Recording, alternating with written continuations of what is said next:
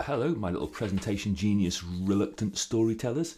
I've just been talking to a friend of mine called Jeff Nicholson, and there's a couple of things that I just want to unpack that came out of a conversation with Jeff about starting to use stories in your presentations. The first is that this is where most reluctant storytellers start. They start by, well, why would you not start with telling your own stories? Stories that you know, stories that have happened to you, stories about you.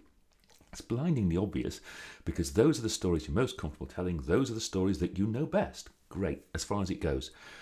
The problem is that from the audience's point of view, it can feel a bit like me. It can feel a bit like, this is what I did on my holidays. On day 1, we went to visit a castle. On day 2, we went to the beach. On day...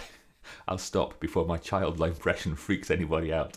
But when you've got the hang of that and you realise that my stories are a bit alienating from the audience, you start to move on, and that's great. You move on to their stories, and that's kind of where you want to be, really, as a halfway decent storyteller presenter. Because these are the stories that the audience identify with. Bit of advice.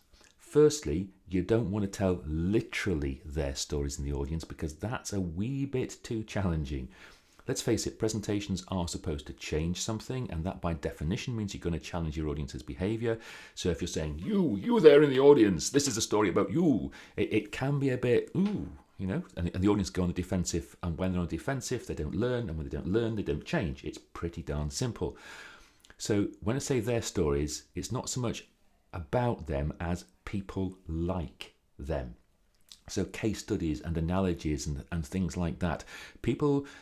Stories about people with whom your audience identify, even though it's not literally your audience. Okay. Then we start getting onto the really sexy stuff of no stories, or at least, let's call them what they actually are. Let's call them invisible stories. Now, this is where you get so good at telling the story, you tell it without the audience realize. It's the kind of the zen of storytelling. And what you might do is basically maybe ask a question or just show a slide with an image of it or something like that. Because what that does, if you get really good at it, is you get the audience to tell their own stories to themselves in their own heads. Why is that important? Because let's face it, nobody trusts stories I tell them nearly as much as they trust stories they tell themselves or tell each other. And I've worked this really well. I did it recently. Now, here's me telling my story. Because I asked people how they got there. For a show of hands, who came in a car this morning?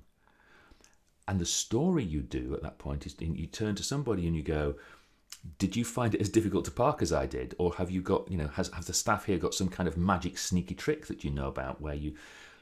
And what that is get them to think about their daily commute, and they started to tell themselves their own stories about getting to work. Now, obviously, that story has to be relevant to what you are doing. You don't just ask about how you get to work and then talk about, something complete, the new finance system. But if you're talking about how you get to work and then your presentation is about stress at work or time management or that kind of stuff, then it starts to be canny. Okay, so you start with your own stories, then you move on to their stories, and then ideally you move on to invisible stories. That's it. Have fun, stay safe, take care, and please keep changing the world with your presentations just that tiny little bit. See ya.